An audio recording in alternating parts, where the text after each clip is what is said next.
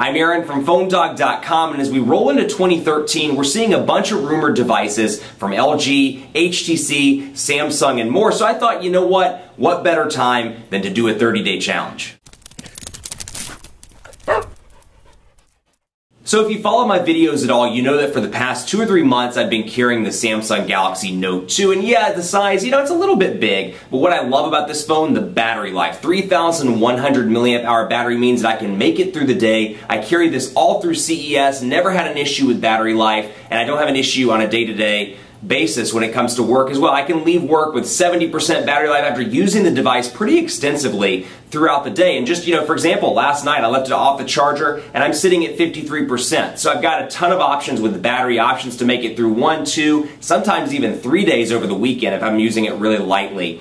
I can make it through a lot of different days. Love the battery life here, love the fact it's removable, and it's got some great features. But if you followed my videos, you know that before this, I carried the Samsung Galaxy S3 for about 6 months. So I've always enjoyed TouchWiz. I think the latest version of TouchWiz, the Nature UI or Nature UX, whatever you want to call it, brings together some great features on top of Android. So Android's obviously caught up to par with iOS in terms of fluidity. It's very fluid with Android 4.1 and 4.2. It's caught up, and then TouchWiz adds some really useful elements. And just in my opinion, I feel like TouchWiz works really well with Android. I feel like there's little to no lag. I don't feel like it bloats it down or causes any issues with the stock version of Android.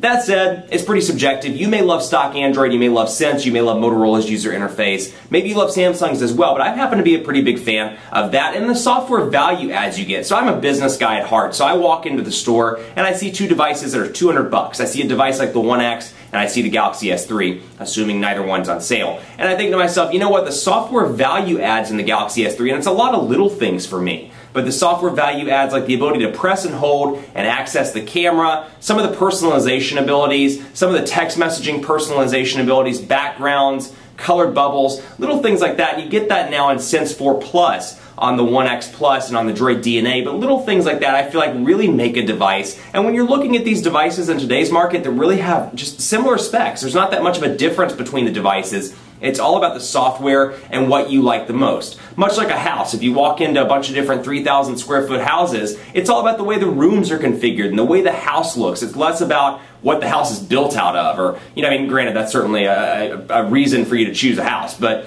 you look at certain things like the way the rooms are configured, and that's why I feel like phones are getting to in today's market. It's less about the hardware and more about the software value adds. And that's something I'm really seeing with TouchWiz. That said, it's time for a 30-day challenge, and I really want to put it to the test because you know what? I've been using TouchWiz for a while. I want to see, honestly, for me personally and for you, some of the differences between TouchWiz and between Sense. And to that end, I'm going to carry the HTC One X Plus for 30 days. My personal line's on AT&T. This thing, I really like it. It's got 64 gigabytes of internal storage, so from a value proposition perspective, it makes a lot of sense. Think about this. $199 for 64 gigabytes on the One X Plus, $399 for 64 gigabytes on the iPhone 5. It's packing Android 4.1, it's packing Sense 4 Plus. The only thing I don't like about this device is the fact that it's only got 1 gigabyte of RAM as opposed to the 2 gigabytes of RAM that's on the DROID DNA. And if you watch my dogfights or my reviews, I can tell you occasionally you see a slowdown as a result of it only having 1 gigabyte as opposed to 2 gigabytes. I'm curious to see whether I can make it through 30 days, if that's going to be a challenge where something like this that has 2 gigabytes of RAM, or the Galaxy S3, the US version has 2 gigabytes of RAM,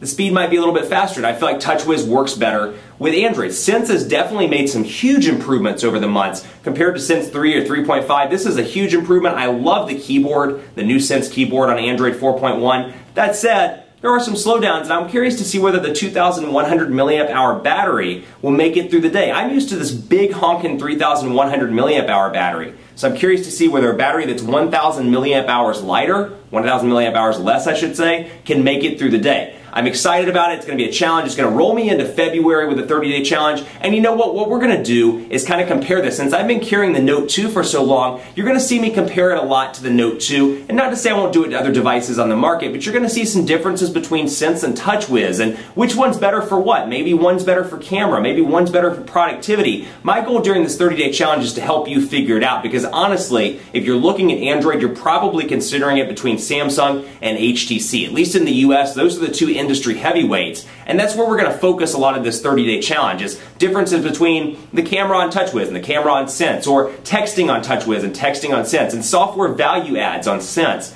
and on TouchWiz. I'll tell you my likes, my dislikes. You may agree, you may disagree with me, but I hope you'll join me for the ride, because I think it's going to be really exciting to figure it out, especially as we roll into 2013 and we're kind of seeing glimpses of Sense 5.0 and new devices from Samsung and new devices from LG. It's a better time than ever to do a 30-day challenge.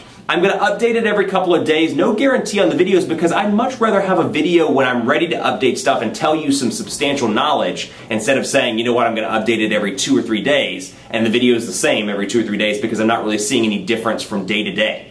I'll update it on a fairly regular basis, so be on the lookout on youtube.com/phonedog and on the site at phonedog.com as I go through my 30-day challenge. I'm going to pop my personal SIM card in this, going to use it on a regular basis, and we're going to see at the end of 30 days, is this the ultimate device, or is the Galaxy S3 the ultimate device, or perhaps the Note 2, or maybe even the rumored M7 that we're seeing from HTC? We'll find out. It's a 30-day challenge. It's kicking off right now. Let me know what you want to see at phonedog_Aaron on Twitter, at facebook.com/phonedog, and at gplus.to/phonedog. That's our Google Plus page. I'm off. Put in the SIM card and figure out if this is an ultimate device, or maybe you should go with something like the Note 2 or the Galaxy S3. We'll try to figure it out in this 30-day challenge.